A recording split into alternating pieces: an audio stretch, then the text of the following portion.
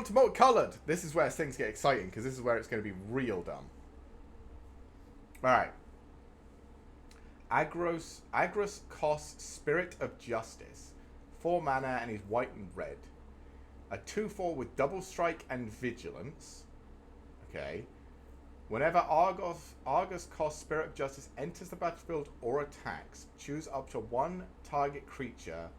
If it's suspected, exile it. Otherwise, suspect it.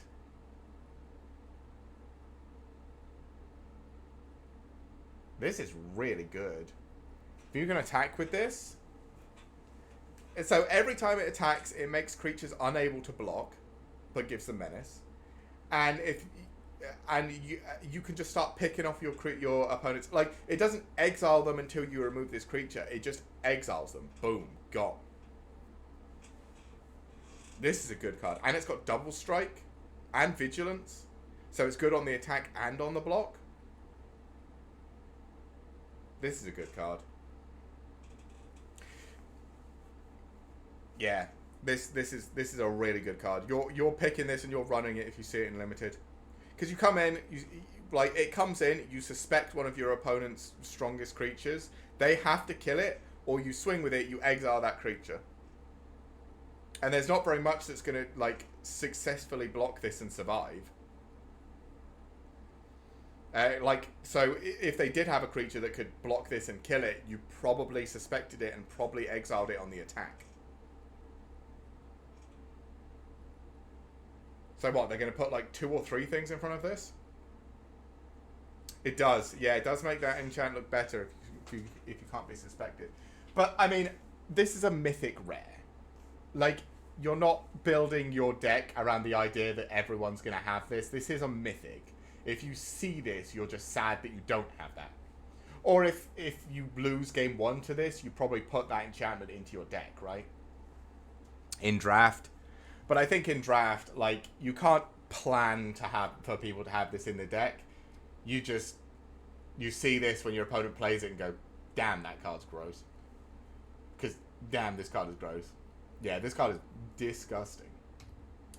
Alquist Proft Master Sleuth. 3 mana for a 3/3 with Vigilance. Okay. When it enters the battlefield, investigate.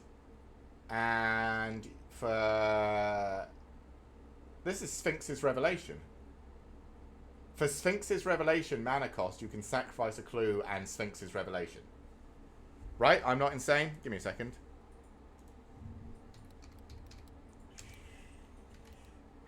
Sphinx's Revelation.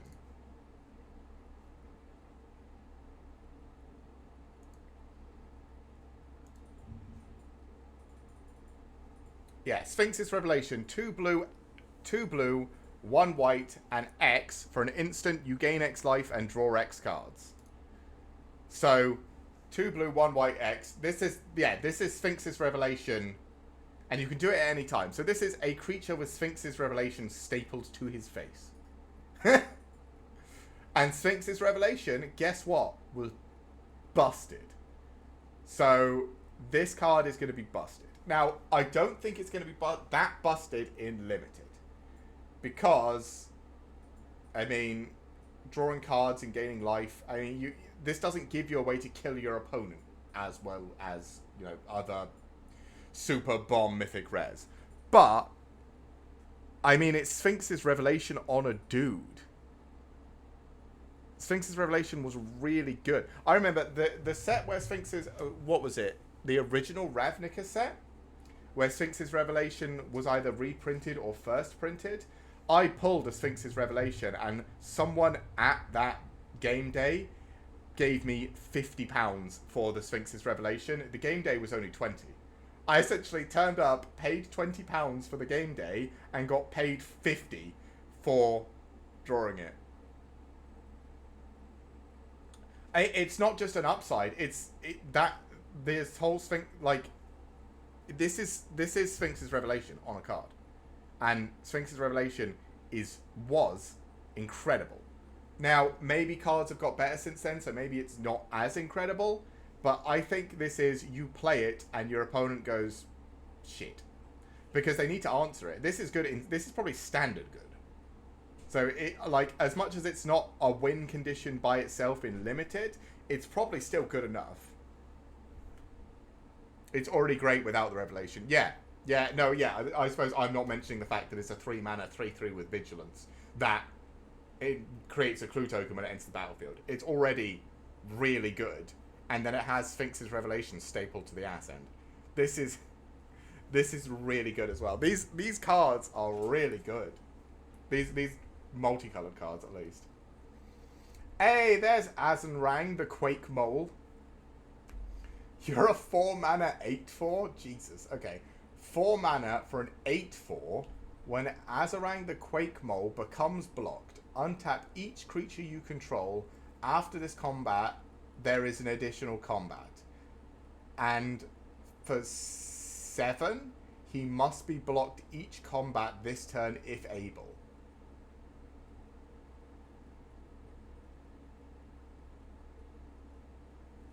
Okay. This isn't flat out as disgusting as the last two, but it is a 4-mana 8/4. And if your opponent doesn't deal with that, they're gonna get fucking clobbered. Right? Like, turn 4, you play this and your opponent goes, oh shit.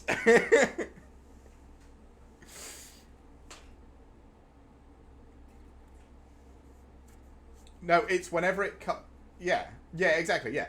You are either taking 8 to the face, which means you're dead in 3 turns from turn 4, or every creature you control gets to attack twice. And I mean, like, if you're swinging this, you're probably swinging everything else as well, right? So it's probably more than 8, because I like, assuming he can't block everything, he's taking 8 from this, then whatever else leaks over the top, then you're untapping everything, and just go again. This probably lethal someone. This is... this is a good... Like, again, it's not as, you know, it's not Sphinx's Revelation on a guy, or exiling a creature every couple of turns sort of thing. But this is probably just lethal.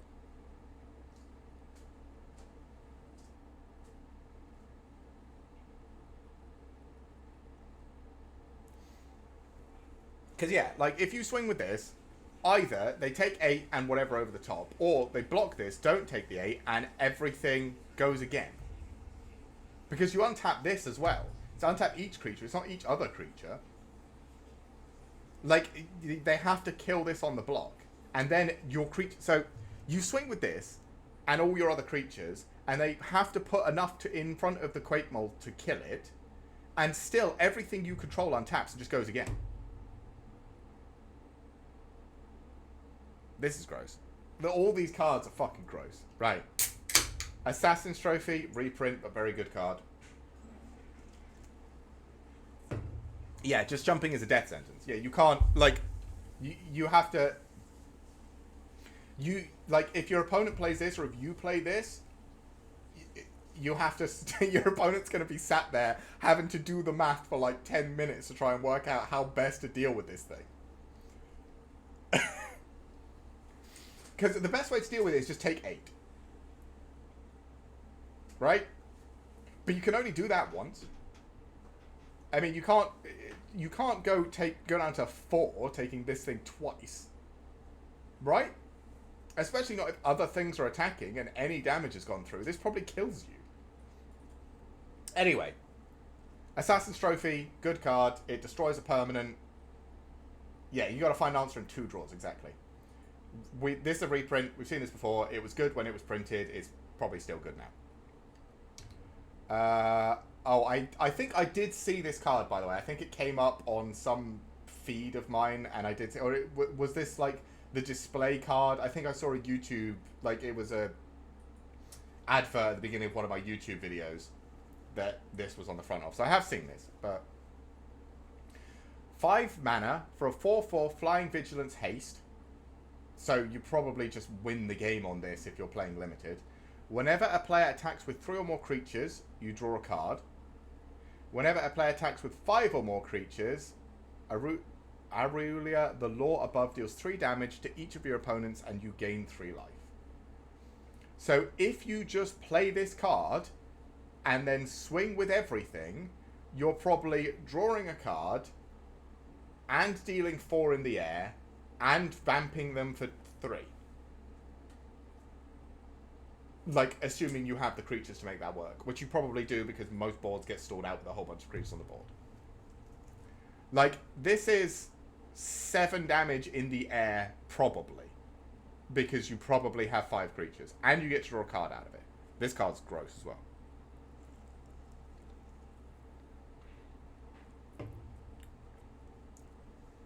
Like, so many of the two, I always knew, like, because this is going back to Ravnica, and Ravnica always had some of the best 2-color cards. So, yeah, this card is scary good as well. So many of these cards are going to be scary good. And essentially, all you're looking for, I think, in draft, from what I can tell, or from the first 4 cards, what you're looking for in draft is your 2-color gold cards. That's what's going to be what you're playing. I mean, that's the same in a lot of sets for draft and sealed, but like, you really want to find a rare or a mythic rare 2-color card in this set. Blood Spatter Analysis. Okay, 2 mana, so black and red. When Blood Spatter Analysis enters the battlefield, deals 3 damage to target creature and opponent controls. Okay, so probably it's as good as Lightning Strike, or Bolt, or whatever. Lightning Strike, yeah. Whenever 1 or more creatures die, mill a card and put a Bloodstain counter on Blood Splatter Analysis. Then sacrifice it if it has 5 or more Bloodstain counters. When you return target creature card from your graveyard to your hand.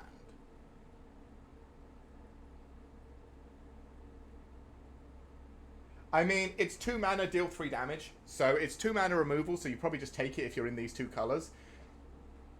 But this is a bit of a weird one. Because, I mean, it's 2 mana, destroy a creature, so you're fine. And then it gets a Bloodstone counter. And then if you destroy 4 more creatures, which... oh, sorry. You probably get to over the course of a limited game. You get to sacrifice it and return 1 creature card from your graveyard to your hand. Sure. Seems like a lot of work for not a massive amount of payoff, but it is 2 mana, deal 3 damage to target creature, so sure.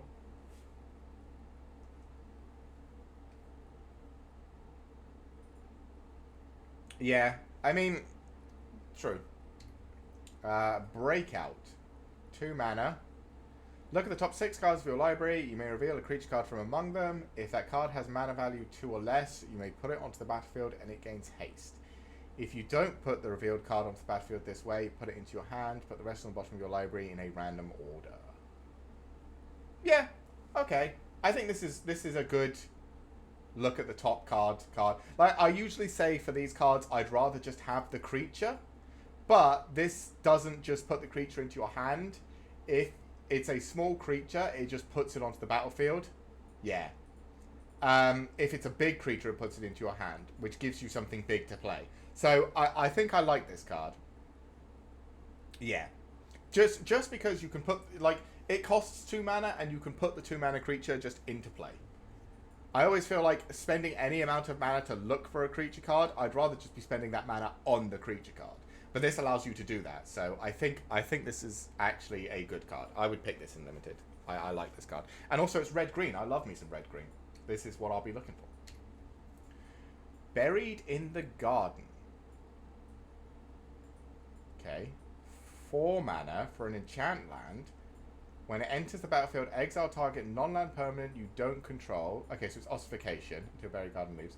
Sure, whenever enchanted land is tapped for mana, its controller adds an additional 1 mana of any color. Okay. I actually don't hate this card. Because enchanting a land so it makes more mana usually costs 1 or 2, and exiling a permanent until something leaves the battlefield usually costs 2 or 3. So I think this is about okay on the cost. I just don't think it's great in limited, because I don't know how much you care about the extra mana. I mean, it depends. If you've got some like really big cards, this could be really good, and it's removal as well. No, I'm wrong. You probably just take this because it's removal. It's removal. You probably just take it. I'm speaking out my ass. Like the extra mana is just upside to the fact that it is removal. I need to stop trying to evaluate it as just the whole thing. It's removal. It's good. Coerced to kill. Right. 5 mana, enchanted creature, you control enchanted creature. Sure. Enchanted creature has base power and toughness 1/1, has death touch, and is an assassin in addition to its other types. This is probably good, right? This is just, I mean, no, yeah, this is good. 5 mana, steal one of your dudes, it becomes a 1/1 that has death touch. It's a good blocker. Or you can start swinging with it, and what, are they going to sacrifice 2 creatures because they have to block with one of theirs?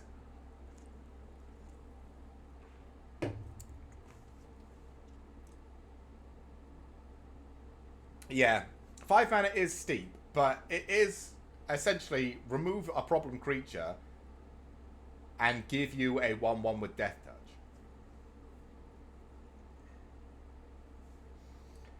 Which you can then do whatever you want with. I mean, there's even sacrifice in this set. You could just sacrifice it, but yeah, I think this is fine. I think you're happy with this card. Doesn't even remove its abilities. No, it doesn't. You are correct. That makes this considerably better. Because you could steal something on your opponent's side that has some really good abilities and just... This is gross. Yeah. Yeah, I think this is actually... I think this is very good, actually. Like I said, 5... Like you said, 5 is a bit steep. But steal a creature usually costs about 4 or 5, right? Steal the Mole God. Oh, no. No. Well... What would... So when it becomes blocked... No, oh yeah, but then you could pay the 6 so that it must be blocked. But the 6 would be red and green, and you wouldn't be able to pay for that with the blue or the black. I mean, they just wouldn't block it, I suppose. Yeah. I mean, this is an answer to the Mole God, though. Like, you play the Mole God, your opponent just coerces it, and you're like, no, my mole! But, yeah. Crowd Control Warden. Okay, 5 mana for a 4/4. Meh. As Crowd Control Warden enters the battlefield or is turned face up, put X +1/+1 counters on it, where X is the number of other creatures you control. And you can flip it up for... Okay. Actually, this is good. This is a strong card. Because even if, like, assuming it's not the only creature you control, this is probably a 5/5, 6/6, 7/7. This is probably a big creature. And in limited, that's good. Like, it doesn't have any defenses or any protection or anything, so it probably just there's every chance they just blow it up, your opponent just blows it up.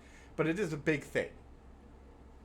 And it's big whether you play it for 5 or whether you disguise it and play it for 5 later.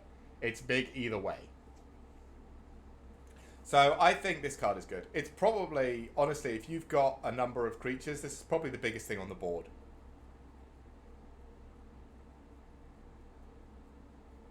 That's a good point, actually. The disguise cost is completely hybrid. So you could play this in any deck that's running green or any deck that's running white. It doesn't necessarily need to be Selesnya.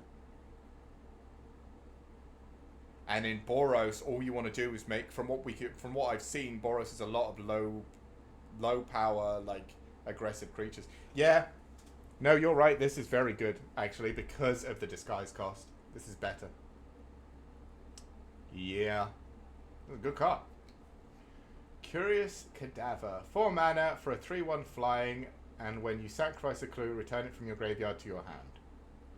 This is good, just because it's a pain in the ass. Unless you exile this thing, it's just going to keep coming back.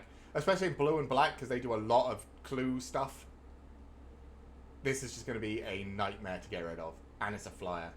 This is going to be a pain. Like, you imagine your opponent has 2 of these and just keeps resummoning them and beating. I mean, it costs 4. And it does only return them from their graveyard to their hand. So, it is expensive to keep it going, but it just keeps coming back. I don't know. Maybe it's too expensive, but it's probably good just because it's a recurring flyer. I'd say it's probably good in limited just because it's a recurring flyer. Deadly Complication. 3 mana to choose one or both.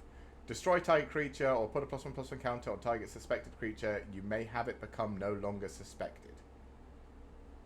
This is removal. Removal is good. So we like removal. Actually, this is really good, because this is 3 mana, destroy something, and give you a benefit as well. But, yeah, it's removal. Detective's Satchel. 4 mana, when it enters the battlefield, investigate twice. Sure. And you can create a 1/1 color swap that artifact creature token with flying by tapping it, only if you sacrifice an artifact this turn. But from what we saw, Red's whole thing is sacrificing artifacts. Maybe blue as well. I think this is good. I think this is good specifically if your deck is built around sacrificing artifacts. Because it gives you an artifact every turn to sacrifice. That's all you want. Because once you've got... If you sacrifice the first clue, you create a Thopter. And after that point, it doesn't matter if you can't create any more. If you've got a way to sacrifice artifacts, it doesn't matter. Because you sacrifice the Thopter and then create another Thopter.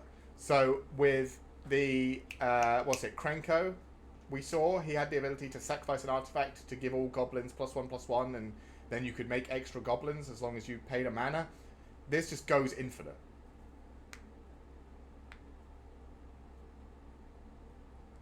Yeah.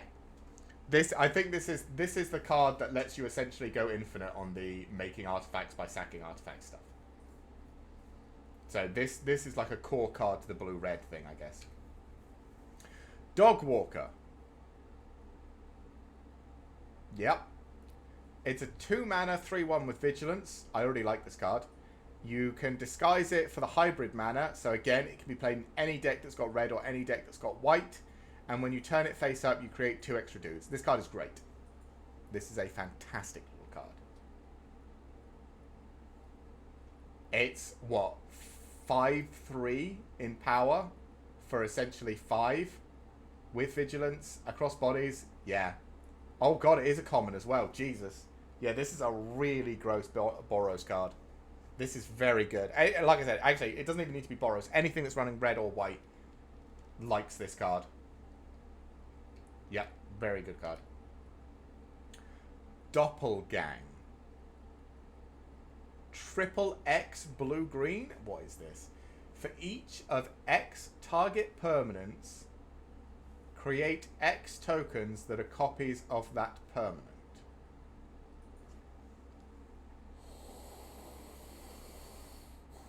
Okay, let's do the math here. So for 1/1/1, so for 5 mana, you can copy 1 permanent and create 1 copy. For 2, 4, 6, 8 mana, you can create 2 copies of 2 permanents.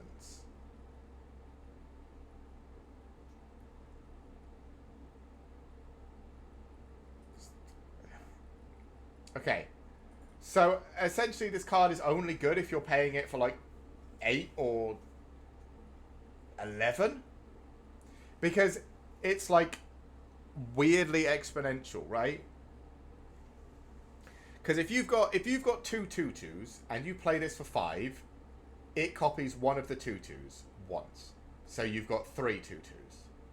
But if you pay it for 8, it copies both 2/2s twice, so you go to having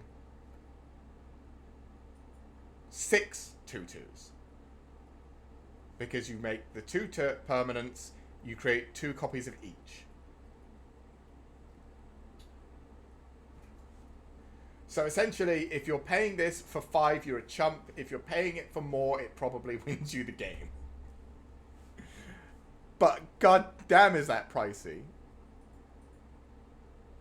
Because yeah, if you're playing 3 for 3, 3 on 3 things, it's 9 total extra permanents. So you go to having 3 creatures to 12.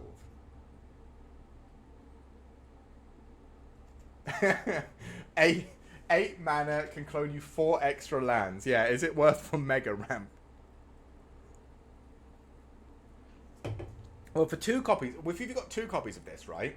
You play for 8 mana, you clone 4 lands, which gives you 12, and then for 12 for the 11 mana next turn, you get 9 extra lands, which gives you 21.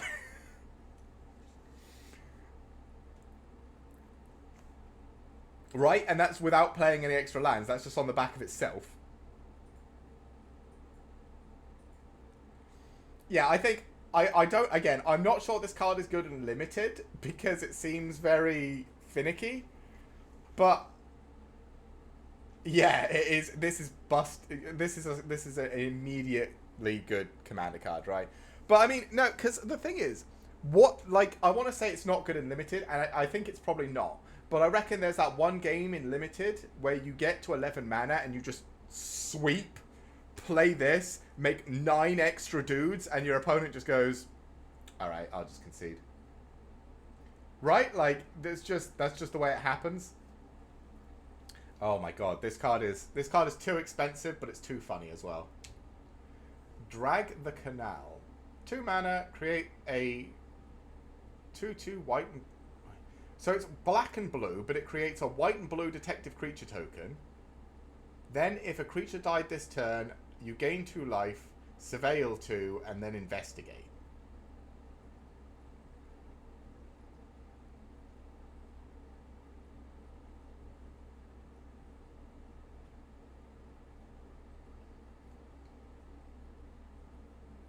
Yeah, instant speed, that's true. Yeah. Okay. It just seems, I guess, yeah. Yeah, if anything dies on your opponent's turn, you just get value out of it. If anything dies on your turn, you can get value out of it. Yeah, okay, it's just a value card. It's a good value card for 2. It just it's not killing anything or doing anything big. It's, again, this is my problem with blue. This is where I struggle to evaluate a lot of blue cards. It's multiple small incremental advantages. Like, it's a small creature, it's a small amount of life, it's looking at the top 2 cards of your library, and it's a clue token. Like, none of those are game winning, but altogether, for 2 mana at instant speed, that's probably very good. But I'm never thinking about that. I'm just like, where's the biggest, greenest boy to go hit someone with? But yeah, this is probably a good card. It is definitely a good card. In limited, not as incredible, but I'd still say it's good. You probably just certainly pick this.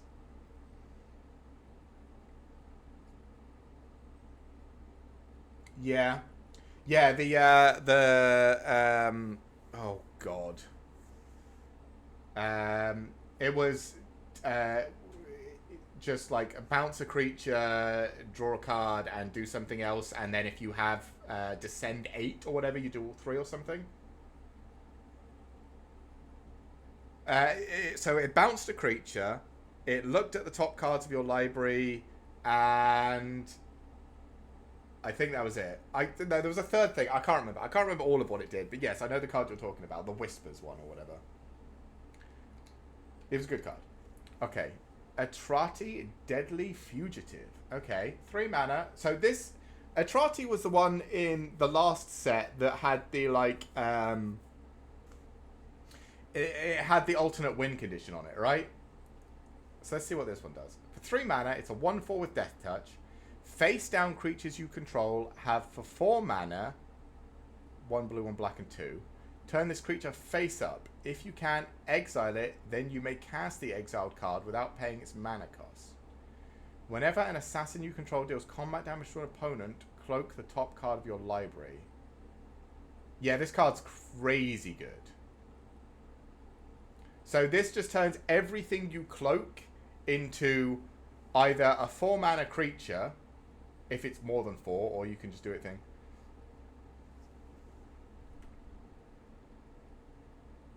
Yeah, there are a bunch. There are some assassins in the set as well.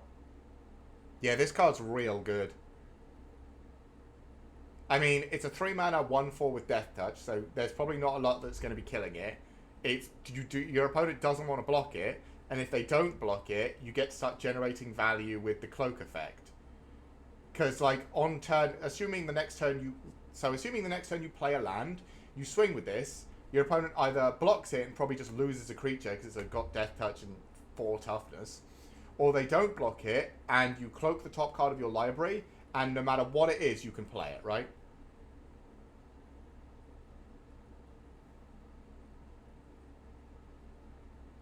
Because you have 4 mana. So if it's a creature, you can turn it face up for 4 mana. If it's not a creature, you can turn it face up and play it without paying its mana cost. Yeah, yeah. This is really good.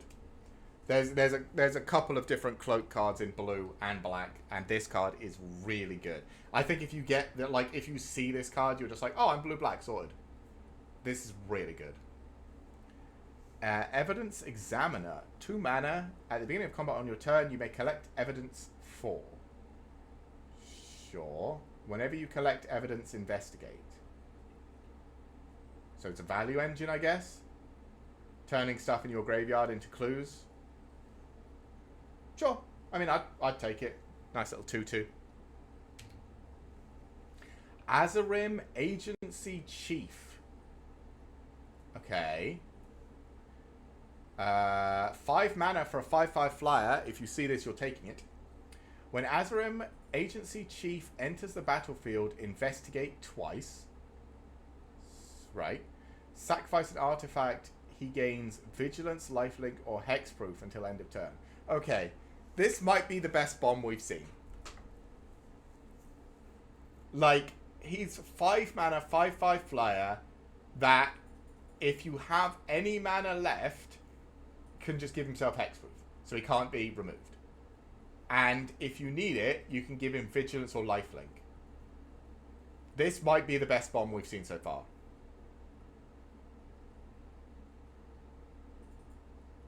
Maybe the 6/6 dragon is better because the 6/6 dragon just choose this thing out. Maybe.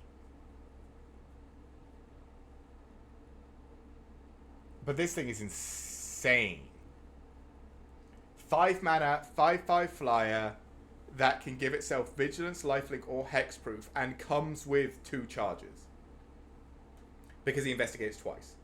Like, even if you have no other investigate, he has 2 chances to give himself Hexproof to block your opponent trying to remove it. And just starts chunking them in the air for 5. This is a 4-turn clock, and 2 of those turns you can't interact with it. In itself. This is gross. This is... So, a lot of people were saying that the last format, Lost Caverns, was a bomby format. This draft format is going to be so fucking bomby, because you're just going to be playing like a couple of like, there's going to be that one guy who gets like a couple of like 1-color rares, nothing good, and then all of his gold cards are like the uncommons, and then he's going to go up against the person who drafted this, and he's just going to die. This card is so good. Jesus. Right. Fairy Snoop.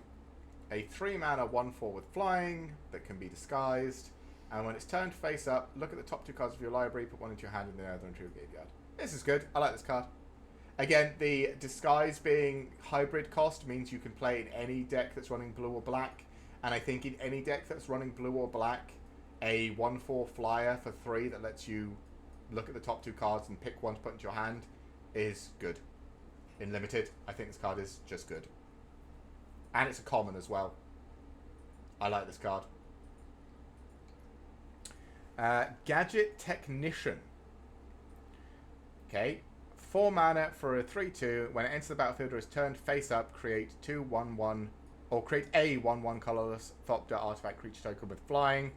and it's got the hybrid cost again. So again, anyone running red or blue can play this card. And again, I think all of these little the hybrid cost disguise, because there seems to be one for each color combo. These are really nice little cards. I would be picking. They're common. I think having gold cards at common like this is going to mean that people are a lot happier playing 2-3 color. You know, they're not going to feel as forced because there's going to be a lot more options for their 2 and 3 color, like their multiple color cards. I like this. Oh, hello. There you go. Gleaming Gear. Was that 2? No, yeah. Gleaming Gear Drake. 2 mana for a flying 1/1. When it enters the battlefield, investigate. And then whenever you sacrifice, you put a +1/+1. Yeah. Yeah. And like this card is also like if your whole deck is built around sacrificing artifacts, which is what blue and red seem to be doing, this card is good. Very good. It's essentially a 2/2 flyer. You just have to sacrifice the clue it comes with for 2. And it can get so much bigger. Blue and red's going to be... Blue and red's probably a good... Because, like, even this... So, on turn 4, as you're saying, you play this on turn 3. On turn 4, you flip this.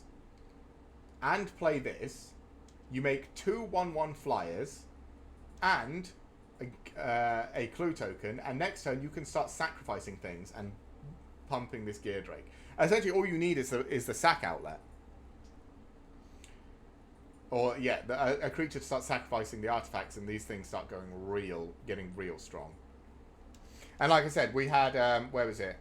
This satchel back here on 4, whenever you sacrifice an artifact, make an extra artifact. This is what allows the deck to just go infinite. Because you make a Thopter, and as long as you've got a way to sacrifice an artifact, you can always sacrifice a Thopter, and this just makes another Thopter. Like, I think red-blue needs Detective Satchel to essentially start going infinite on all of these, like this flyer getting bigger and all this sort of stuff. Granite Witness. Okay. 4 mana for a flying vigilance 3/2, and when it's turned face up, you may tap or untap target creature. Again, this is just another one of the hybrid disguise creatures. And I think it's very good. I mean, it's not necessarily the best. It depends. If you're getting aggressive with white and blue and just playing a bunch of early creatures, this is 2 mana for a flying vigilance 3/2 that taps down one of your opponent's creatures, and you can just start beating them up.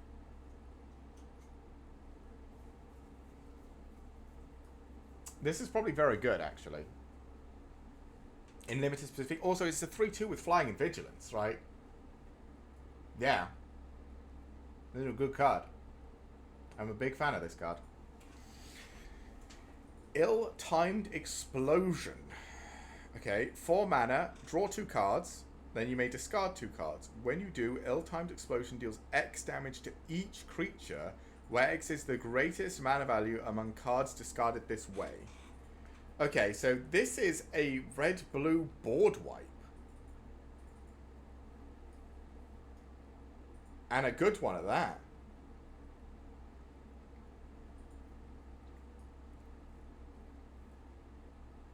Yeah.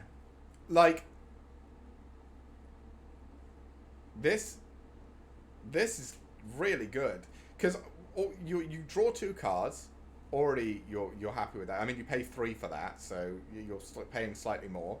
But you discard whatever expense of card you need and blow up every creature.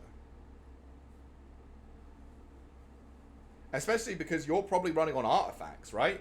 Because red-blue has got a lot of these like artifacty things. Like, obviously these are 2 creatures, but the satchel we were looking at back here, that's not. Like, yeah, this is a good card. I like this card. This is very good. Also, I don't think blue-red has had like a board wipe like this in forever.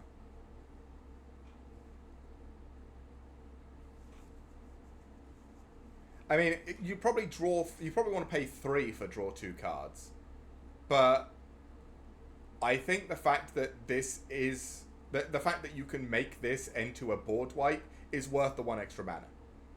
In limited, especially. Like, in limited, good draw is hard to come by, and also, this card is gross. It's a board wipe in blue-red. Nobody's going to be playing around a blue-red board wipe. Not unless they've looked at the cards like I have.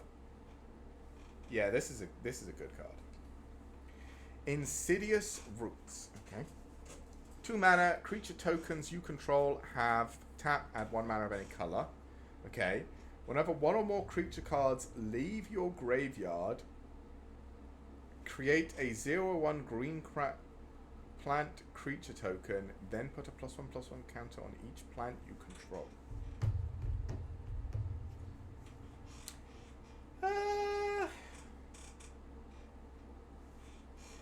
I mean, I'm more likely to play this. Like, turn 2 enchantment that doesn't really do anything is better than turn 4 enchantments that don't do anything. And also, this does do stuff if you can start recycling cards in your graveyard. There were a couple of cards like that in black. And again, this triggers with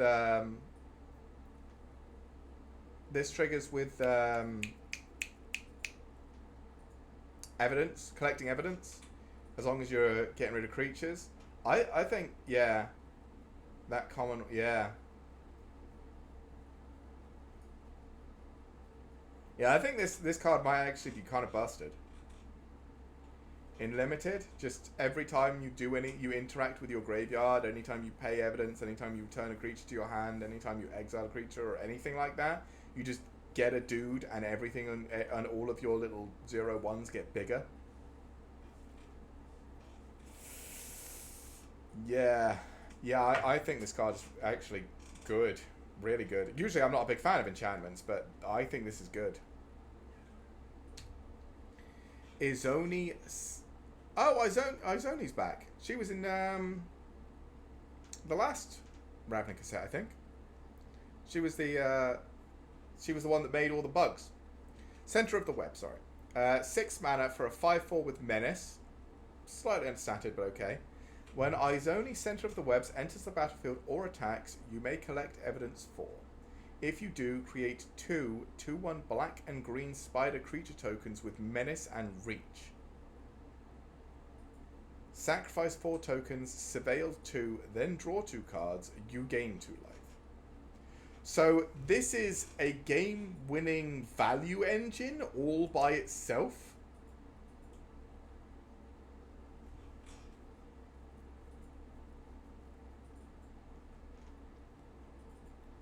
Yep. Yeah, it's bomb. Bomb card. Fantastic. Because think about it. You play this for 6, it comes down. It's a 5/4 with Menace, so it already has to be blocked by 2 creatures, which is going to be a pain in the ass, and probably kills both of them. And when it comes in, you collect the evidence, you make the 2 2/1 black and green spider creature tokens with Reach. Right? And then, next turn, if they don't kill it immediately, you swing and just make the extra 2 tokens, and even if they put whatever in front of Izoni to make sure she can't kill anything, to make sure she can't do it again, you can still sacrifice the 4 tokens, surveil 2, draw 2. Like, they have to answer Izoni, and you still get the 4 tokens. So, and this isn't creature tokens either. You can do this with clues. It's just 4 tokens. Surveil 2, draw 2 cards, gain 2 life. Yeah, it's a good card. This is a great card. It has to be, right? Actually, to be fair, if you're using clue tokens, you don't necessarily have to attack with her. You get the 2 2/1 black. So she's essentially...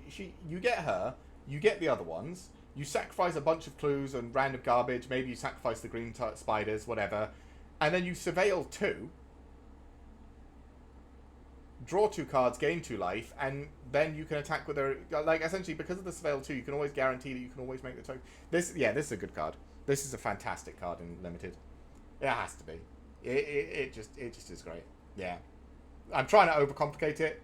It's a 5/4 that comes in with 2/2/1 spiders and has a value engine stapled onto it. It's great. It's a good card.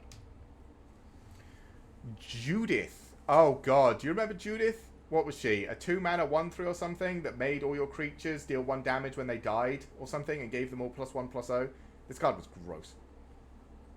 How have you changed? You're a 5-mana 3/4. Whenever you cast an instant or sorcery spell, choose 1. So this is slightly worse and limited because you're not going to have that many instants or sorceries. But let's keep going.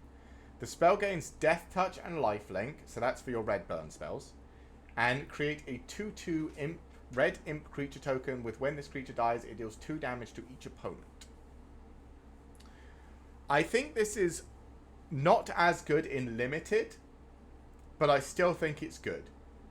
Just because it turns any red spell into a kill spell, and any black spell, or just any other spell in general, into 2 damage to your opponent.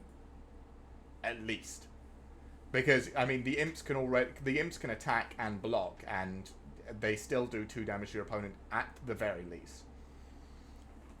I'm just not sure how many instances, because most of the time you're going to want to have like 30, you're going to want to have like 14 plus creatures, and you only have 23 cards in a deck. So, yeah,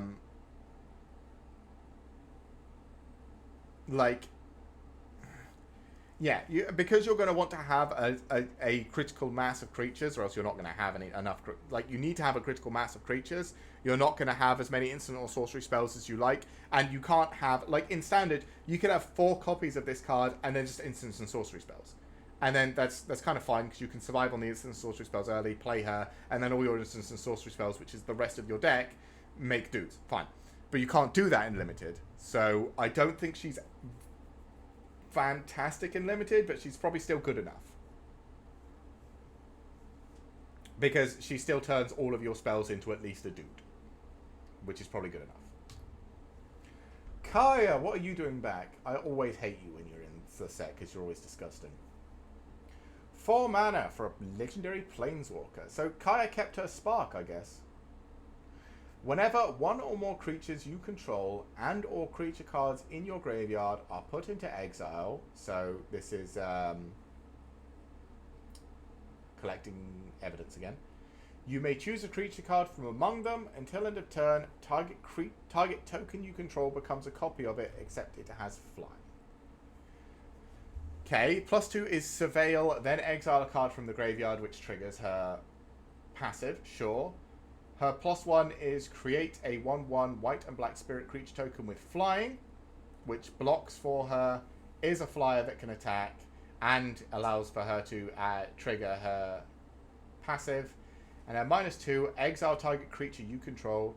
For each other player, exile up to 1 target creature that player controls. So this is a fantastic planeswalker, right? Top part is value, middle part is dude making, so it protects itself, and the last one is removal. A bit finicky removal because you got to remove your own stuff, but it's fine because she's probably making guys anyway. So yeah, Kaya is great in every situation, which makes me sad because white and black already has enough good removal. They don't need a planeswalker that's like the mono white deck that just has sweepers and the Wandering Emperor and all the rest of it that makes dudes is already annoying enough. Do we really need to give them a reason to mix black in there and start playing Kaya as well? Oh. But yeah, again, target token and not target creature token really makes this shine. Oh, is it target? Choose a creature. Target token you control. Oh god, yeah. So you can do it on clue tokens as well. Oh, this is even better. Ugh. I mean, planeswalker. If you see a planeswalker in your draft, you're playing a planeswalker. I don't think I've ever seen a planeswalker that I've gone, oh, this is probably not playable in draft. Right? Like they are always fantastic. The fact that this one is especially good is a little bit upsetting. But she is, yeah. If you have a Planeswalker, you're just going to run a Planeswalker in draft, right? So this card is really good. Kellen, Inquisitive Prodigy. I see Kellen's not fucked off yet. 4 mana for a 3/4. And he has an adventure for 2, sorcery speed. You investigate, you may play an additional land this turn. That's probably really good in blue-green. And he is himself a 3/4 flying vigilance. Whenever he attacks, destroy up to 1 target artifact. If you control that permanent, draw a card. Okay, so he makes you a clue token, lets you play an extra land, and is a flyer with vigilance, and lets you destroy your opponent's artifacts or your own clues to draw for free. I fucking hate... Oh, it's like... It's only 1. I know I said this the last time we had, what was it? When we went back to Eldraine, I said, please don't do adventure cards again, because I hated adventure cards, because it was just... Nobody else played anything apart from adventure cards, because, surprisingly, when you staple cards that are as good as their... like, the same cost as their partner cards... Like, there was the... what was it? The 1 mana white card in the first iteration of Adventure. They had a 1 mana white guy that had stapled to him 3 mana, destroy target creature with power 4 or greater. And the only other, like all of the white destroy target creature with power 4 or greater cost 3. So it was like, why would I ever play any of these when I can play a creature that has it stapled to it? So everyone just played adventure cards, and it really annoyed me. Now I know at the time they were like, oh, we're trying to make standard more powerful, and there was a whole mess of stuff going on. But I really hated adventure cards. So when they reprinted them, I was like, please, just don't make the adventure cards better than their counterpart cards. Because then everyone will just run adventure again and it will drive me insane.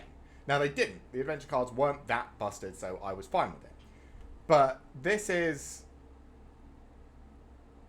a really good ability stapled to a really good creature.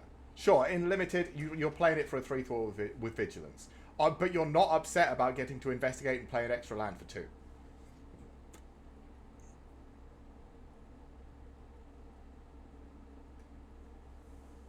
Yeah. Yeah, exactly. I will say, I don't think I'm upset about this having adventure on it. First of all, it's the only adventure card in the set. And secondly, it's just wholly and completely busted. It's not specifically I'm upset about the adventure part. But the fact that it does have a good adventure stapled onto a great creature. Like, this is the problem. Like, again, with the first iteration of adventure creatures, you had the red one that was 2 mana for deal 2 damage and the damage can't be prevented. And then was a 4/3 for 3 mana that, if you targeted with an ability, dealt 2 damage to the one targeting it or whatever. And it was like, that's a good card stapled to a good card. And guess what? It was played for the entire year in every card, like almost over a year, like 2 years or whatever, how long Standard took to rotate back then. For the entire 2 years in every deck that ran red. Because it was Shock stapled to a good card. Slightly more expensive Shock, but stapled to a great creature. This is... What's the card called? There was a blue-green card that was draw a card... You may put a land from your hand onto the battlefield at instant speed. Something, I can't remember what it's called. But there was a blue-green card that was blue-green, and then you drew a card, put a land from your hand onto the battlefield. And it was one of the best cards in Standard at the time. This is almost as good as that, apart from its sorcery speed, stapled to a guy who is incredible. Like a 4 mana 3/4 flying vigilance that gets you to draw more is, yeah.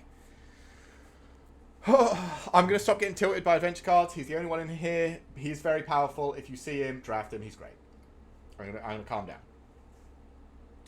A 2 mana 3/2 with reach that when it enters the battlefield, destroy target token an opponent controls. Yeah, okay. Fine. There's a lot of clue tokens, so this probably hits something. It's a 2 mana 3/2 with reach. Yeah, it is a good card. I like this card. Like, there's enough tokens in this set that this probably does something. Yeah. I think this is good. Kylox?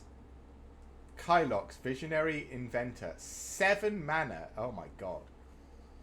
For a 4/4 with Menace, Ward, and Haste. Okay.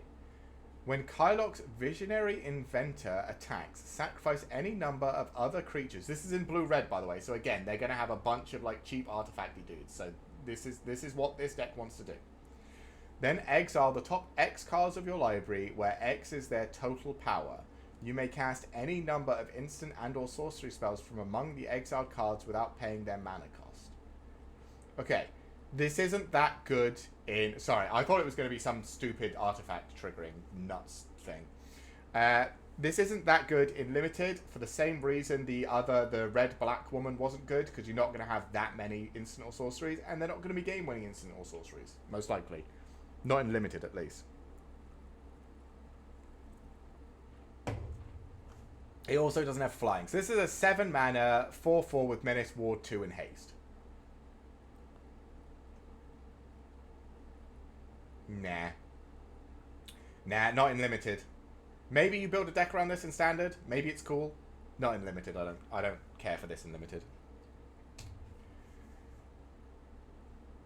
Kylox Volt Strider, a 3 mana vehicle with crew 2.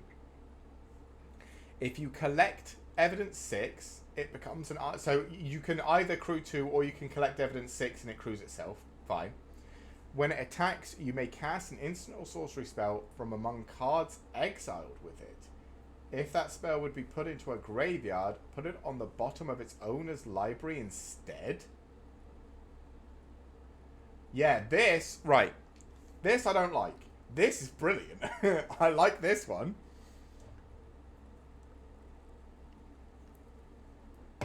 Again, I'm not sure if it's good. At least it's not fantastic. It's not like game-winning bomb nutso some of the other ones we've seen. But this is just cool. Right? Like, it just lets you go infinite on spells as long as you can keep putting them in your graveyard and they just go back into your library and you just keep... Yeah, this is cool. I like this card. This is a very cool card. I don't know how good it is, but I think if I see it, I think I'll probably try playing it. Why not? I think I'd draft it if I saw it, because... could be good. Hey, Lazev's back. Wearer of Faces. 2 mana for a 2/3. Whenever Lazev, Wearer of Faces attacks, exile target card from a graveyard, then investigate. So not just yours, a graveyard. Whenever you sacrifice a clue, you may have Lazev become a copy of a creature card exile... Oh. Oh no. Oh, no. So, alright. I'll tell you why I'm very upset with this. First of all, I think in Limited, this card is great. I don't think there's a problem with it in Limited. I think you probably... It's a 2 mana 2/3 that has upside with it attacking and probably does some cool stuff. I like this. My problem with it is, in Standard... How many... Like, I'm already getting sick of people going, I've discarded, what's it, Atraxa. So I'll pay 5 mana for my Resurrection to bring back Atraxa. I don't want to see it happen to me on turn 3 with Lazev, thanks. I don't want my opponent to have a turn 3 7/7 Flying Vigilance Death Touch Lifelinker. Please.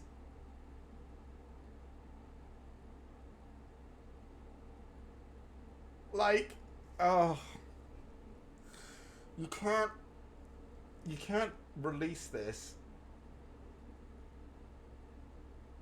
That's true. That's true. If you're playing this, you can just eat the Atraxa. And then you get to make the Atraxa.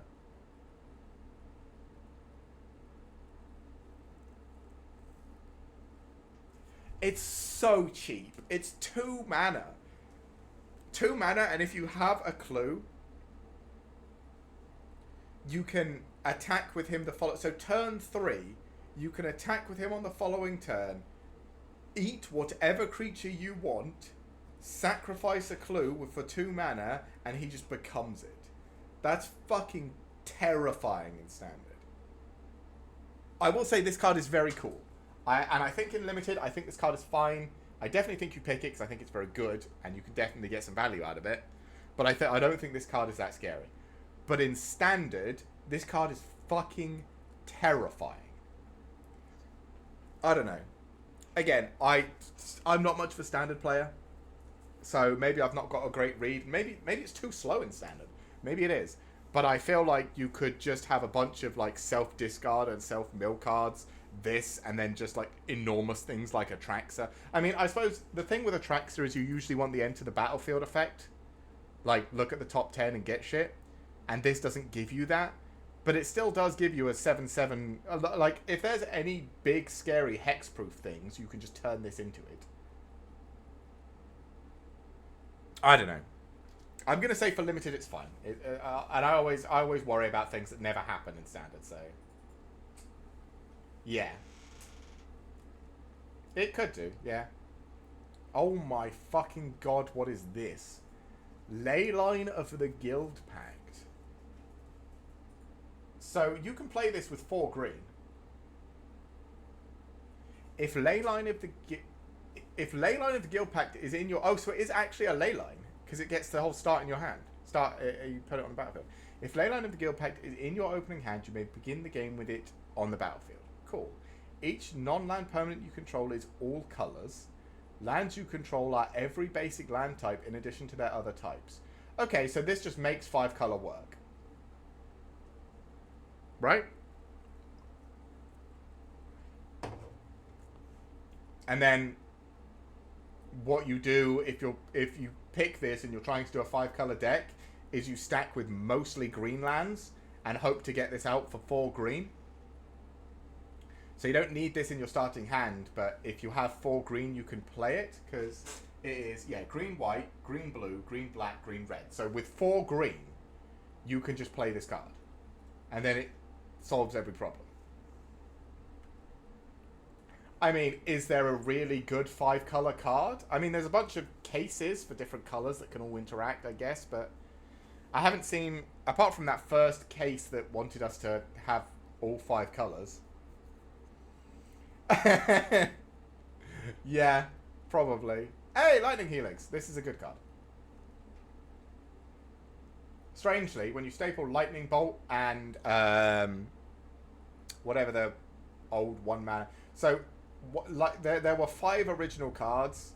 They're in one of the first sets that would do 3 of something for 1 mana. Lightning Bolt was 3 damage. There was the healing one that gained 3 life. The green one was 3 mana. The blue one was draw 3 cards, which was obviously the most busted one in the world. And the black one... No, the black one was 3 mana. What was the green one? Oh, +3/+3.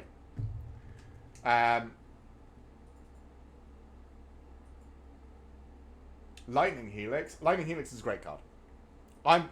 It just has everything you want on a card. 3 damage to any target, so it's Lightning Bolt, and also gain 3 life. This is a great card. Yeah. I am glad to see Lightning Helix back. Meddling Youths. 5 mana for a 4/5 with haste. Sure. Whenever you attack with 3 or more creatures, investigate. Sure. Good card. I mean, you probably just play it and swing with it, and then you've got 3 creatures and you start creating clues. Yeah, it's good. It's a good card.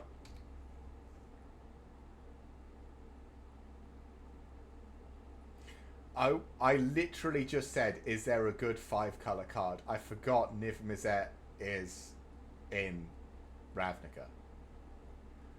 Okay, so Niv, what have you got for us? One of each of the colors. It's a flying 6/6 with hexproof and multicolored. Okay, so you just have to kill it with like a black card or something. Whenever Niv Mizzet Guild Pact deals combat damage to a player, It deals X damage to any target. Target player draws X cards. You gain X life, where X is the number of different color pairs among permanents you control that are exactly 2 colors. Wait. Okay, so I will say this is so maybe if you have Leyline and Niv, maybe you're going Rainbow. But that's 2 rares you have to get to want to go Rainbow in this set. But so the idea, I think, is that if you're going Rainbow, you're going hard Rainbow. Everything in your deck is going to be a gold border, like a 2-color card, like this one, like the gold around the outside. Everything is going to be a 2-color. So when you hit them with, so you play Niv, and you hit them with it, you get to draw 2, 3, 4 extra cards, gain that life, and deal that much damage to either their face again, or to their...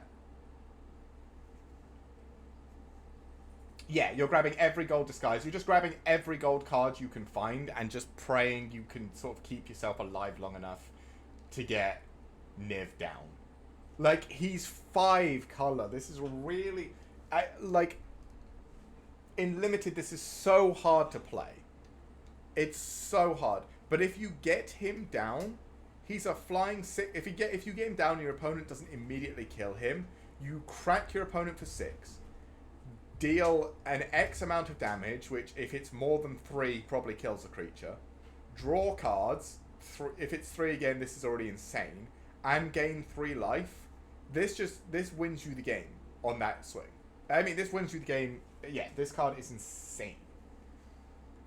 But I don't know if you can actually play it. I mean, what am I saying? This, like the slime, is probably not great in Limited. Because he's 5 color and hard to play. But when we do our drafting, we're going to draft Niv Mizzet whenever we see him, and we're going to int drafts by trying to play Rainbow Gold. Or Rainbow. And it's just going to be terrible. But that's fine because Niv Mizzet is cool. Okay, so this is the reason why you want to play like Leyline or something. Also, if you do get Leyline in your starting hand, yeah, it would be a blast. But if you get Leyline in your starting hand, put it on the battlefield and just draw 5 lands and play Niv, how fast is your opponent just fucking conceding? I mean, they might have removal for it, but yeah. No More Lies. 2 mana, counter target spell unless its controller pays 3. If that spell is countered this way, exile it instead of putting it in its own graveyard. Okay, this is a really good counter spell. I don't like counter spells in Limited though. I feel like they're usually not good enough, especially counter spells that require your opponent to pay something. Like maybe they hit something, but you can't get enough of them. Like there's just a chance it won't do anything, and it's just yeah. I don't like counter spells in Limited, but I will say this is a good counter spell. So, oh my, what? Officious Interrogation. Okay, 2 mana. This spell costs. So a white and a blue mana. This spell costs a white and a blue mana more to cast for each target beyond the first. Okay. Choose any number of target players. Investigate X times, where X is the total number of creatures those players control. Okay, so for 4, this reads like a commander card. But so in 1v1, this is 4 mana, investigate X, where X is the total number of creatures. But I guess the reason it's worded like that is because if you're playing a commander game, you can pay it for 8 and investigate for a shit ton of creatures. But okay, so for 4, this is investigate X, where X is the number of creatures. That's probably a lot of investigation, right? This probably just builds you a pile of fucking clue tokens yay high. And you just go, sweet, just start going through these. Is that good? Depends on how useful to your deck clue tokens are. But probably. Private Eye. 3 mana for a homunculus detective. Other detectives you control get +1/+1. Ooh. There's a detective lord. Whenever you draw your second card each turn, target detective can't be blocked this turn. This is good. Yeah. He is very good. I think if you're playing white-blue detectives, this is why you're playing it. Because you have either one or more copies of this. And he's uncommon, so you can have a couple of copies of this. This could be very good. Oh, hey Rakdos. How you doing, buddy? Rakdos, Patron of Chaos. A 6 mana, 6/6 flying trample. So you're playing this card if you get him. At the beginning of your end step, target opponent may sacrifice 2 non-land, non-token permanents. So they have to be creatures. Oh my god. If they don't, you draw 2 cards. This might be the best card we've seen. Yeah. Yep, this is the best card we've seen. This is the best card in the set. It just is. Of all the creatures, like, this is just the best card. It trades. It either trades with all of the big creatures we've seen. Niv, this trades with. The 6/6 dragon, this trades with. It trades with everything we've seen. And at the beginning of your end step, on the turn you play it, you either draw 2 cards or your opponent sacks 2 things. And they have to be real things. They can't be non-land. They can't be lands or tokens. This is the best card in the set. By about this much. This is the best card in the set. This is incredible. This is better than everything we've seen. One-sided board wipe strapped to a giant flyer with card draw. Yeah, this is the best card. This is the best card I've seen in possibly the last 3 sets. This is the best card for limited.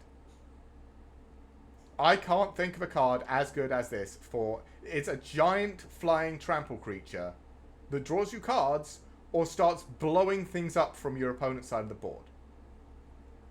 This is absolutely insane. This, I wouldn't be surprised if this gets, like... Does this not get banned in Standard? It's that good? I mean, I suppose Red-Black doesn't really have a Standard deck at the moment, but... Like, you have to answer this with removal immediately. Because if your opponent gets to the end of their turn, they get value off of it. This card is absolutely ridiculous. Jesus. Now, see, now I'm going to be upset if I draft anything that's not this. Okay. Rakish Scoundrel. 4 mana for a 3/3 with Death Touch. That's pretty good. When it enters the battlefield or is turned face up, target creature gains indestructible until end of turn. Oh, this is one of those 2 face. This is very good as well.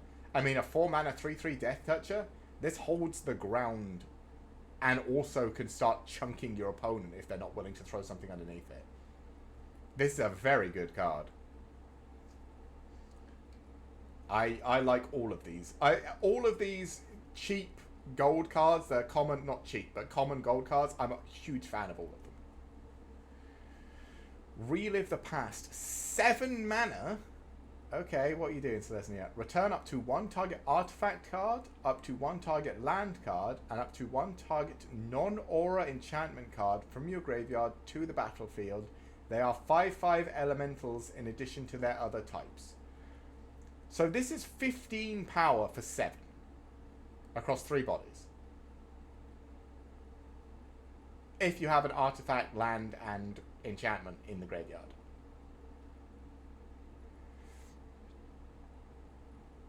I think if you are playing Selesnya and you have that, I think you're happy with this being your top end card. 15 power is a lot.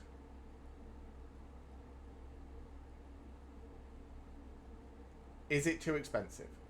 I don't think so. That's the only thing I'm wondering.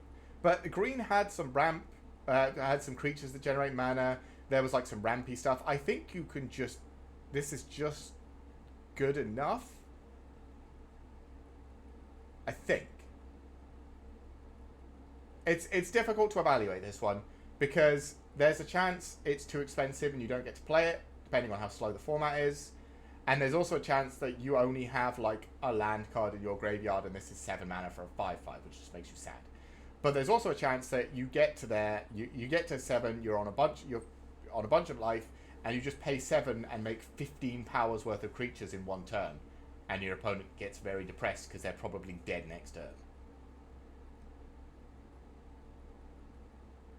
I don't know, but this is certainly very good.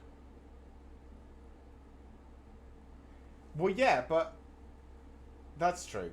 Well, no, because green certainly has, because green has all the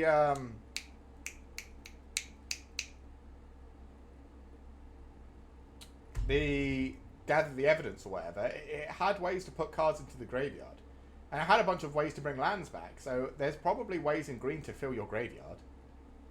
So at least the green part of Selesnya lets you do it. Maybe the white part doesn't, but that's not a big deal.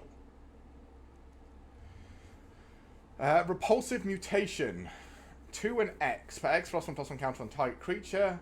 Then counter up to 1 target spell unless the controller pays mana equal to the greatest power among creatures you control. This is a counter spell I'm happy to run, because it's a pump spell. It's just secretly also a counter spell.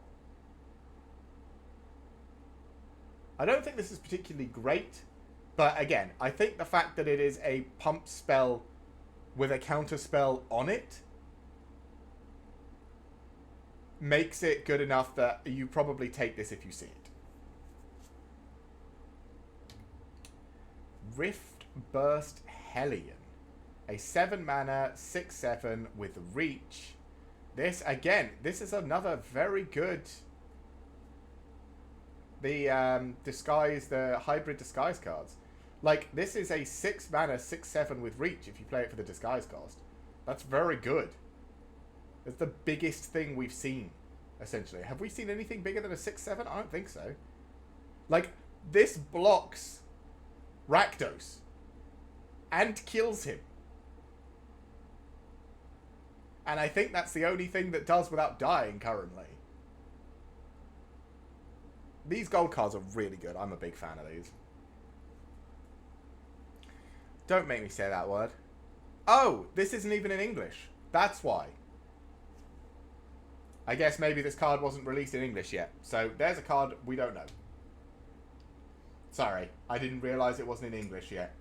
My partner picked up all the cards offline and then he put them in a folder for me. I didn't really look through all of them because I wanted it to be a surprise.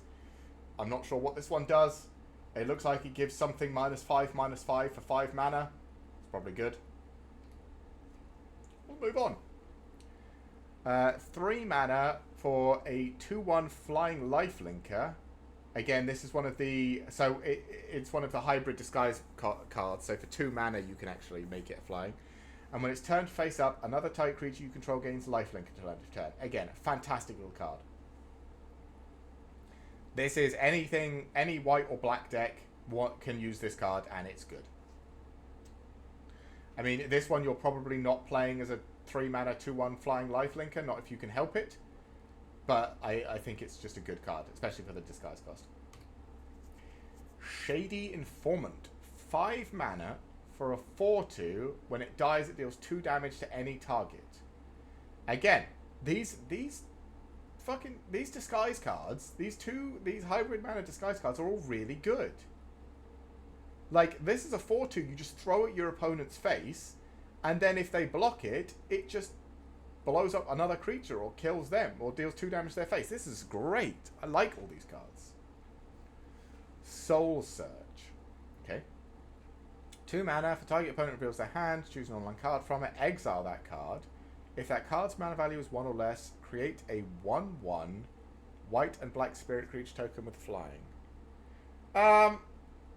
I don't know. I've never really rated hand attack in limited. It's just kind of So I'm going to say meh. I'm not a big fan of it. Sumala Sentry. A 2 mana 1/3 with reach. Whenever a face-down permanent you control is turned face up, put a +1/+1 counter on it and a +1/+1 counter on Sulma Sentry. This is very good. I can't remember how much morph there was in Selesnya, but if you are running Selesnya and you have morph cards in it or disguise cards or whatever, this card's good. A pushed card. I mean, yeah, it's so powerful, right? It's just like even if you're only running a couple of them, it gives them all +1/+1 and itself +1/+1. Like, this is just a really good card. Botanical Brawler, yeah. Botanical Brawler was very, you know, I'm so good with myself and anything that does this that you kind of have to pick me. And yeah, this is the same. Taser, oh my god. Opulent Oligarch. Okay. 3 mana for a 2/3 with Death Touch. At the beginning of your end step, investigate for each opponent who lost life this turn. Right? Whenever a clue token you control is put into a graveyard from the battlefield, create a 1/1 white and black spirit creature token with flying. This ability only triggers once each turn. Okay, so slightly limited, so it's not as busted, but it is a 3 mana 2/3 with Death Touch that allows you to investigate every turn if you're attacking your opponent and gives you upside to sacrificing your clues. All good. I'm liking all of those things, so this is a good card. I would certainly pick this up. I don't think she's like game-breaking, busted. Like, nothing compares to Rakdos at the moment. Rakdos is kind of like neutered every other card, but this is a very good card. Tin Street Gossip. Okay. 4 mana for a 4/4 Vigilance. Already picking this card if I see it. And you can add 2, spend this mana only to cast face down spells or to turn creatures face up. Brilliant. Love it. Love it, love it, love it. I mean, it's a 4 mana 4/4 with Vigilance, so it can keep swinging. And it also, because it has Vigilance, it can still be used to turn things face up. Or play things face down. Whichever one you want to do. I like this card. Tossamir Midnight's Light. Okay. Are you 5 mana for a 3/2 with lifelink? Oh no. When Tossamir Midnight's Light enters the battlefield, create Voja Fenstalker, a legendary 5/5 green and white wolf creature token with trample. Okay, so he's actually busted because that's 8/7's worth of stats for 5. Sure. Whenever a wolf you control attacks, if Tossamir attacked this combat, so they attack together, target creature an opponent control blocks that wolf this combat. Okay, so this is a very, very good card. It's 8 power, 7 toughness worth of stats for 5. It has lifelink, so it heals you. And when you swing with it, as long as they're both still alive, you can have the wolf just consume something on your opponent's side of the field. You probably only get 1 attack out of it, because he's only a 3/2. So Tossamir probably just dies. But your wolf eats something on the opponent's side of the field, and probably still hangs about. So you're essentially paying 5 for a 5/5 that hangs about, and you also get a 3/2 with lifelink that... So, yeah. You're paying 5 for the wolf. Tossamir is just an upside. Because he probably dies on that first attack, but the wolf, if you're picking what blocks it, the wolf kills something and still hangs around. And you gained 3 life from the Tossamir attack. This is a very good card. I think if you're playing limited and you see this card, grab it. This is very good. Treacherous Greed. 3 mana. As an additional cost to cast this spell, sacrifice a creature that dealt damage this turn. Okay. Draw 3 cards. Each opponent loses 3 life and you gain 3 life. I feel like this is really, really, really good. Especially because Black-White seems to want to pump out a bunch of 1/1 flying spirits. Yeah. Because like the Planeswalker does, and that other woman did. So I'm sure there's a bunch of ways to make a bunch of cheap dudes. you hit your opponent with one of them and then sack it to draw 3 cards, vamp them for 3. This is really good. This has to be really good. Like, if you get this and you're playing black-white, all you have to do is get 1 creature through and draw 3, vamp 3 is so good. Yeah. This is a very good card. Hey, Trostani! Selesnya. 3 mana for a 4/4. Okay, I'm listening, I'm listening. Target creature gains Death Touch until end of turn for 2. For 1, white or green, target creature gains Vigilance until end of turn. And for 3, with white, target creature gains Double Strike until end of turn. This card is fantastic.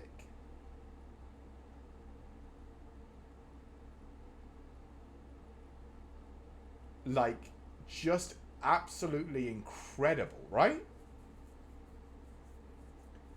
A 3 mana 4/4 that you can just spend mana to give things like target creature gains Double Strike is fucking terrifying.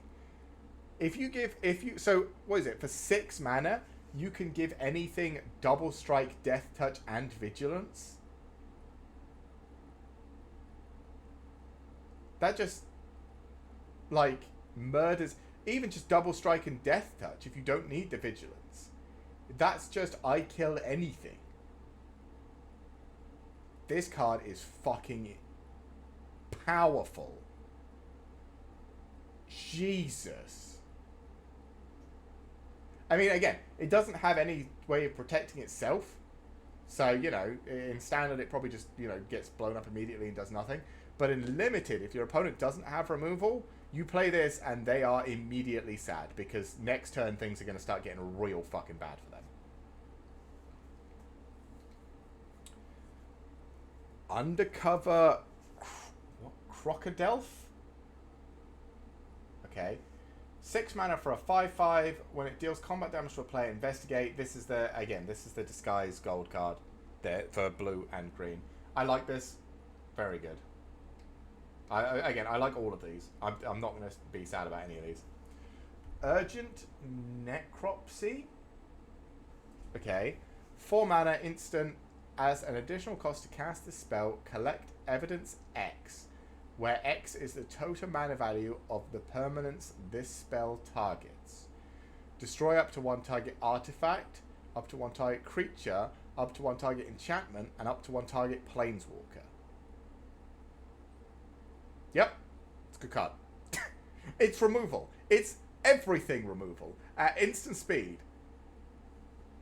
And, like, I know people are going to say, oh yeah, but it only it's, you know, 4 mana to destroy something. No, it's 4 mana to destroy 4 things. You probably get a clue token, which costs nothing, so that's fine. A creature, which is what you casted on originally. And there might not be an enchantment, but there might be, and if there is, you'll be happy about it. And a planeswalker. There might not be, but if it's there, you'll be glad this can target it for 4 mana and exiling some permanents. Yeah, it kills everything. This is your catch-all. This is like the rest of the deck has some removal pieces. This just gets rid of anything that's a problem. That's a good card. Vanifair Evolved Enigma. 4 mana for a 3/4. At the beginning of combat on your turn, choose 1. Cloak a card in your hand. Or put a +1/+1 counter on each colorless creature you control, which is all of your cloaked stuff. Wow. Fuck. Oh, it is an ooze as well. Oh, the oozes are coming. Yeah, I think this is absurd as well, right? Because you just put all the creature cards from your hand as face down 2/2s, all the land cards from your hand as face down 2/2s, and just keep the spells in hand. And then you could just start pumping your entire board. This is really good. Is the real question is this a better card for the cloak mechanic, or is the black blue The black-blue one, what's it? Atrati? Eltrati? The one who let you turn all cloaked things face up for 4.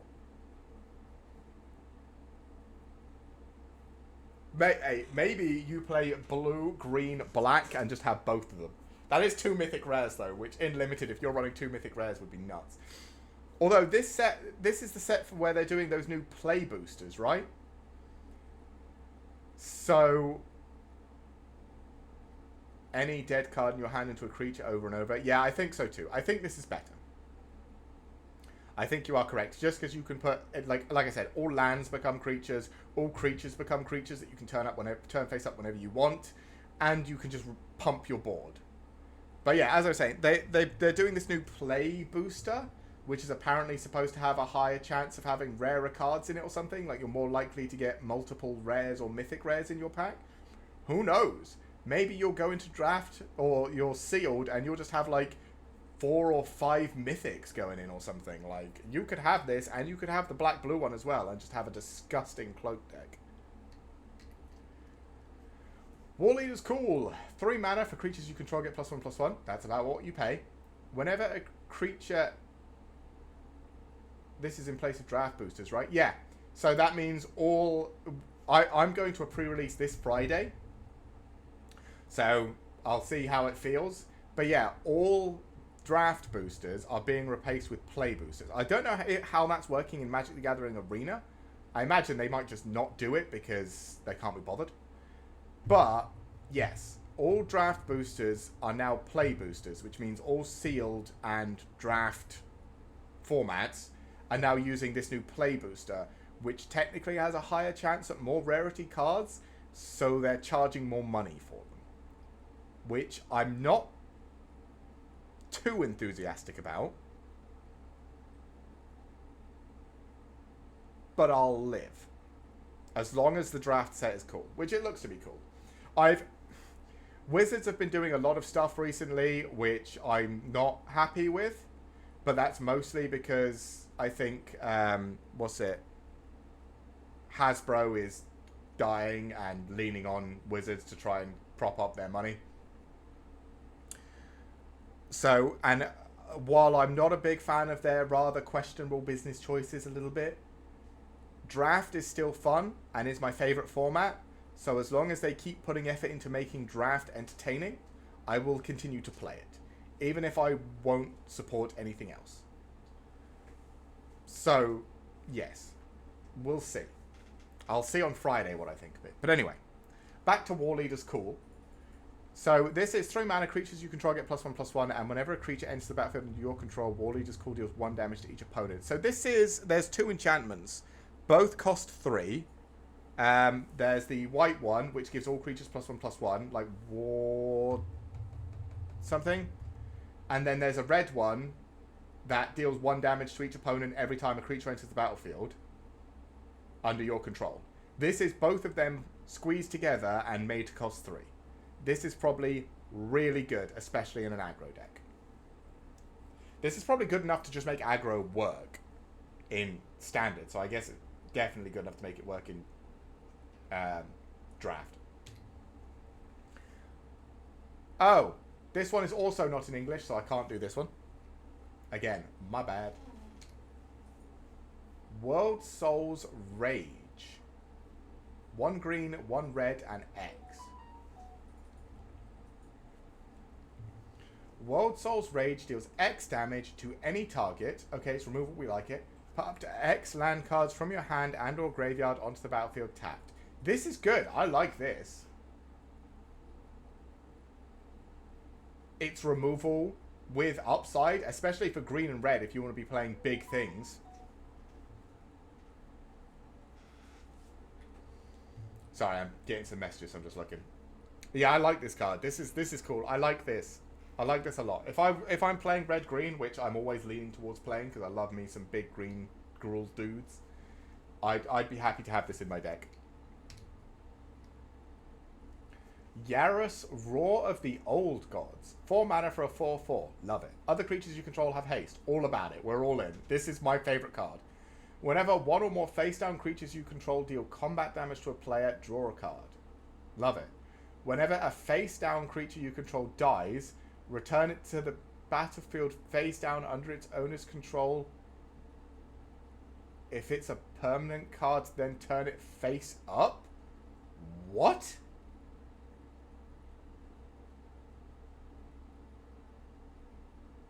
This is insane.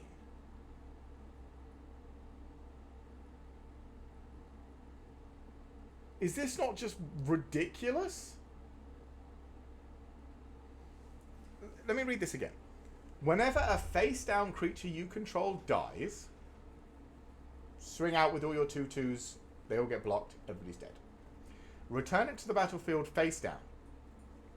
Or come back. And if it's a permanent card, turn it face up.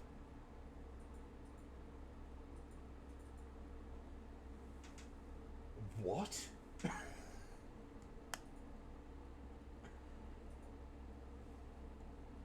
So that triggers all of the disguise mechanics all at the same time.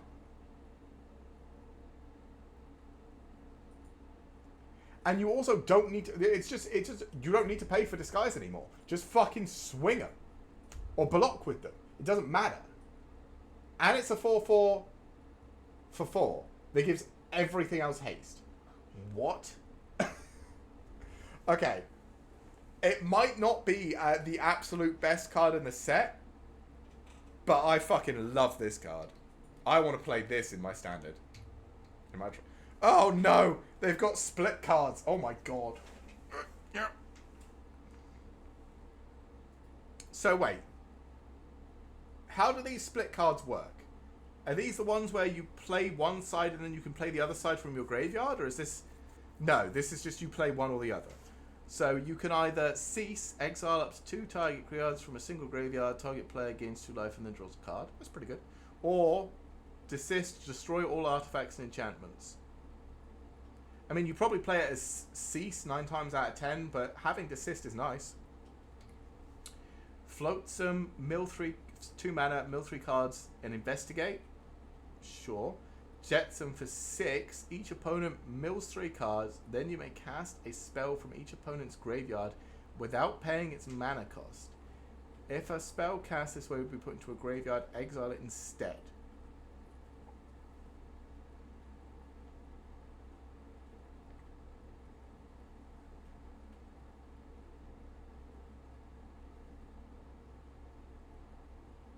I mean... They're both probably pretty good. I'd probably save this one for Jetsam most of the time, but again, in limited, you don't know. Well, no, because it's not out of the milled cards. It's just any spell. So if your opponent has played removal, you can just steal their removal and blow up their own creatures with it. This is pretty good.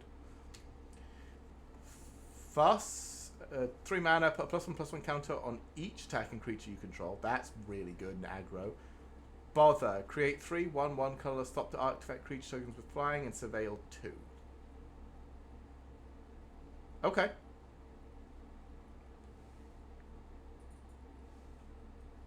Sure. Like, I'm assuming these split cards are, you can play one or the other. You can't play one and then the other one from the graveyard like you could with some of them. I don't know. I haven't looked into what sort of fuse cards these are, or split cards these are. But Fuss is good. Hustle, target creature attacks or blocks this turn if able. And Bustle, creatures you control get +2/+2 and gain trample until end of turn. You may turn a creature you control face up. This, see, that's more like it. 6 mana to give everything you control +something and trample. The turning a creature face up is also very good. I like this. That's a good card. I don't know about Hustle, but I definitely play Bustle. Push and pull. Destroy target tapped creature. Sure. Pull. Put up to 2 target creature cards from a single graveyard onto the battlefield under your control. They gain haste until end of turn. Sacrifice them at the beginning of the next end step. Yeah. That's actually a good card. You know what? I don't mind either of those. I think all of these are pretty good as well. Ooh, artifact time. The Cryptics. Okay. 2 mana. And you can tap it to collect evidence 3. Add 1 mana of any color. Put an unlock counter on Cryptex. Right? So it's like a mana nerd thing. Sacrifice Cryptex, surveil 3, then draw 3 cards. Activate only if it has 5 or more unlock counters on it. So that's 50. So you have to collect evidence 15 essentially to then surveil 3 and draw 3 cards. But it does essentially give you mana. I think this is fine. I think you're essentially using this as a mana generator, and then if you get it to 5 unlock counters, you just sack it for the draw. I think this is good. If you get it down early. If you get it down late, it probably sucks. But if you get it down early, I think this is good. Gravestone Strider. 2 mana for a 1/3. Add 1 mana of any color. Activate only once each turn. So it converts mana. Okay. And you can exile it from your graveyard to exile target card from a graveyard. Sure, this is very generic. Lumbering Laundry. A 5 mana 4/5. With Disguise, you can play it for 5, sure. Until end of turn. 1 second, guys. I'm getting a lot of messages.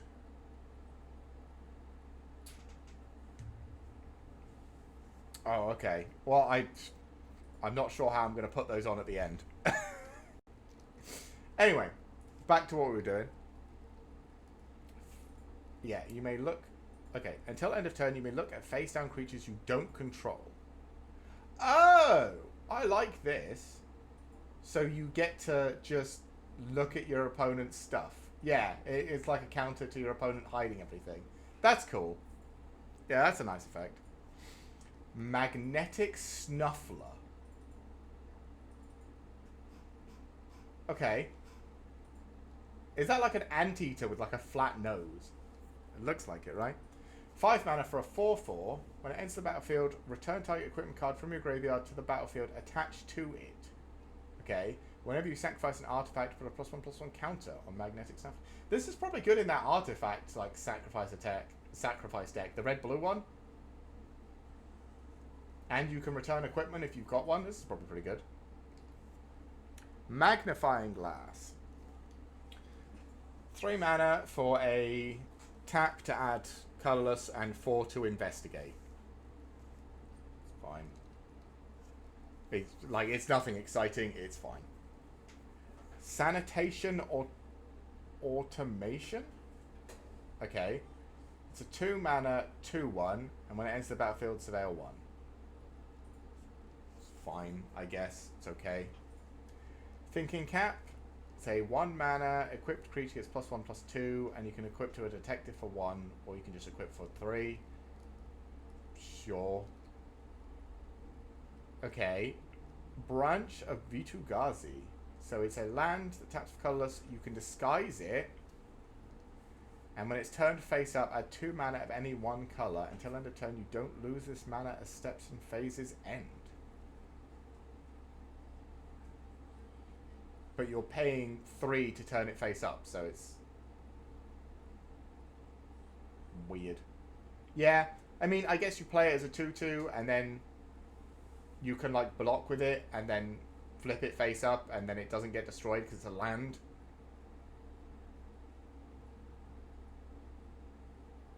And then you get 2 extra mana. I don't know. Ooh. So the tap lands, so the lands enter battlefield tapped and they surveil 1. Is that what all of them do? Yeah.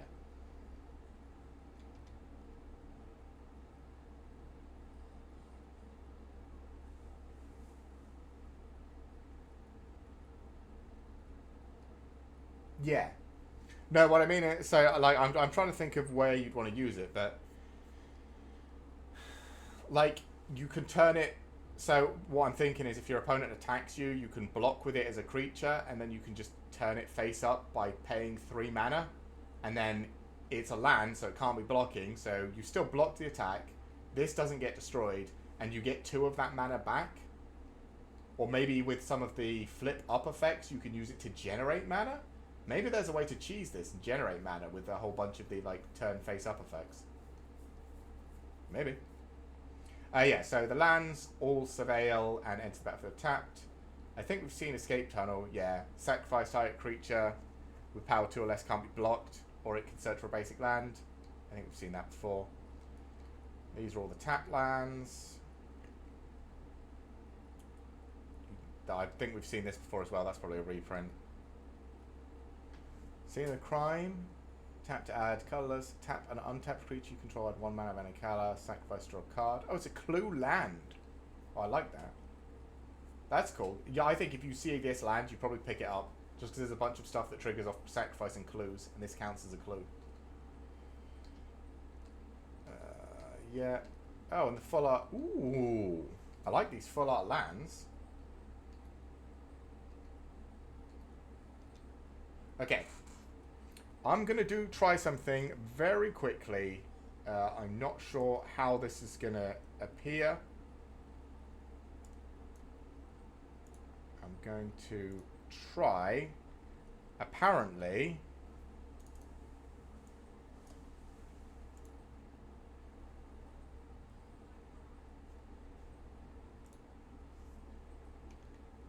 okay, here we go. My partner added the 2 cards we couldn't read in English, so we're fine.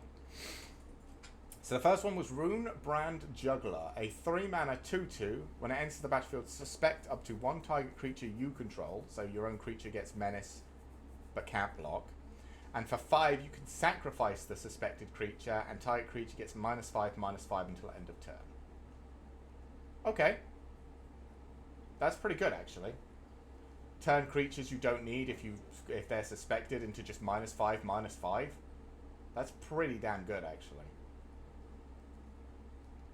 And the other one was Wisp Drinker Vampire. So 4 mana for a 2/4 flyer.